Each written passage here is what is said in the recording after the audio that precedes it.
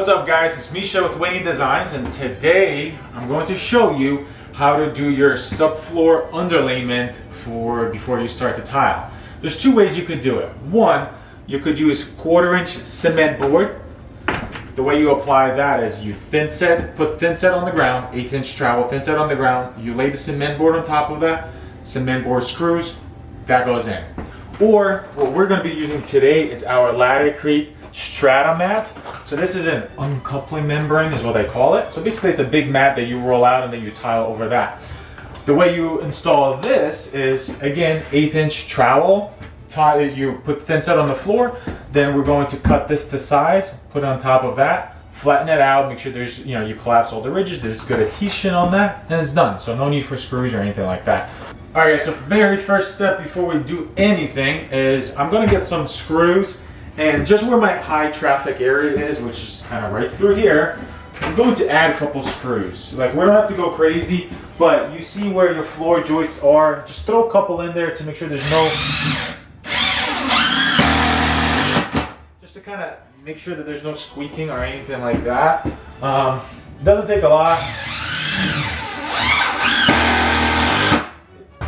It does help to kind of walk around and hear if you hear any squeaking or anything like that. We don't, but I'm gonna just throw a couple of these in because why not?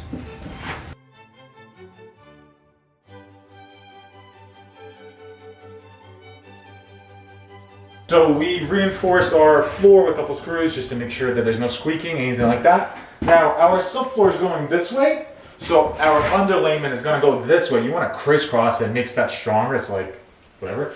So I'm going to have two pieces basically. I'm going to have one piece, another piece. Yes, I'm going to be basically have a lot of waste here, but I think it's worth having it all in one piece and stronger that way. And maybe that waste can go somewhere upstairs or in the next bathroom that's smaller. Same thing here. The bigger, like, the point is not to have a lot of different, like, you wouldn't want to have a small piece, small piece, small piece, small piece. So I'm just going to cut one and then another. So let's measure this out and see what we got for our measurement here. 108 and half. So I'm going to cut two pieces, 108 and half, and let's do it. All right, so we just roll them out.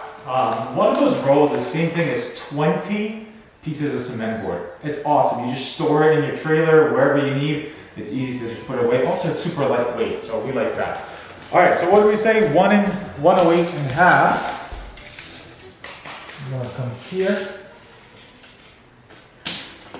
108 and half. Put a mark right there. Grab our T-square.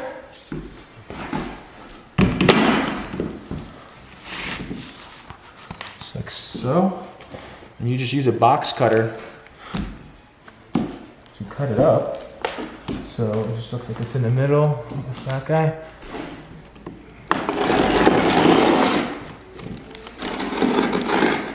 Bang. Super easy to cut that. All right. So as I'm cutting this out, so basically that's where my shower is going to go. I'm going to talk about the price difference between this and cement board at the end of the video, so stay tuned. All right, so we got a piece here. Now we got to cut out our toilet flange, toilet supply line. So kind of like this. So let's do our toilet first.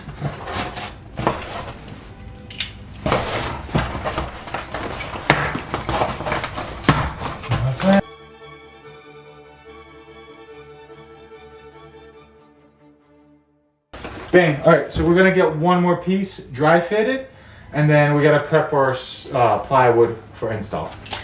All right, guys, so here's how it all goes together. I have my sponge over here. Damp sponge, not wet. So damp sponge.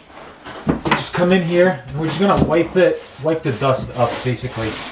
Just kind of hydrate it. So we're gonna make it wet a little bit, right? Not soaked. A little bit wet. So I'm gonna keep this sheet here so I know for reference.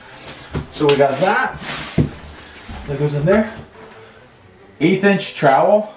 I got my thin set. This is Multimax Light. This is not glue or whatever. Sometimes people confuse that.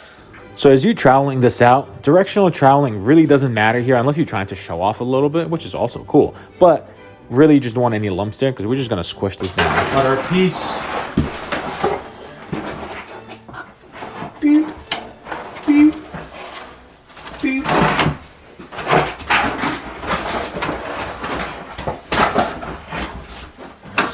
So, lined up over here. Business and legit over here. Okay, and you gotta grab one of these wooden floats. These wooden floats are really cool for this just because they're wooden and they glide on plastic, because that's what this is. This is plastic on the top of these underlayments, so it just glides around really easily. You could also use a your float that you grout with, but you don't want to destroy that. These things are pretty cheap and they're more durable this way. But same thing, sponge it, apply your thin set, and then just squish it all down. As you're doing it, you'll see that you're getting good coverage when you're kind of squishing it down. There's no black lines going through it. That's it. All right, so our floor underlayment prep is done. We can start tiling right away. Basically, the reason I like this is just much cleaner to install it. It's lightweight and it's super, super strong. When you compare this price of your Strata mat or your Ditra mat to just regular cement board, it's about double the price for the material alone, but you still gotta get screws, and those screws are like 20 bucks a piece. So for this bathroom, let's say if I probably spend $70 in the mat. I did the math. $70 in the mat. If I was to use the cement board, I would have spent $35, but then also I would have had to buy $20 worth of screws. So really it's $20 extra to work with something that's really, really easy to work with and install. And then we don't have to tape any seams. We don't have to do the whole screw thing. And now we can just start laying tile right on top of that. So I really recommend it. Strata mat, Ditra mat, whichever one of those, they both are basically the same. So I hope this was helpful. Next we're gonna start tiling, and I'm gonna show you guys how to lay out the tile in here. So definitely subscribe, hit the notification bell, because we're gonna be doing this whole bathroom and I'll show you how.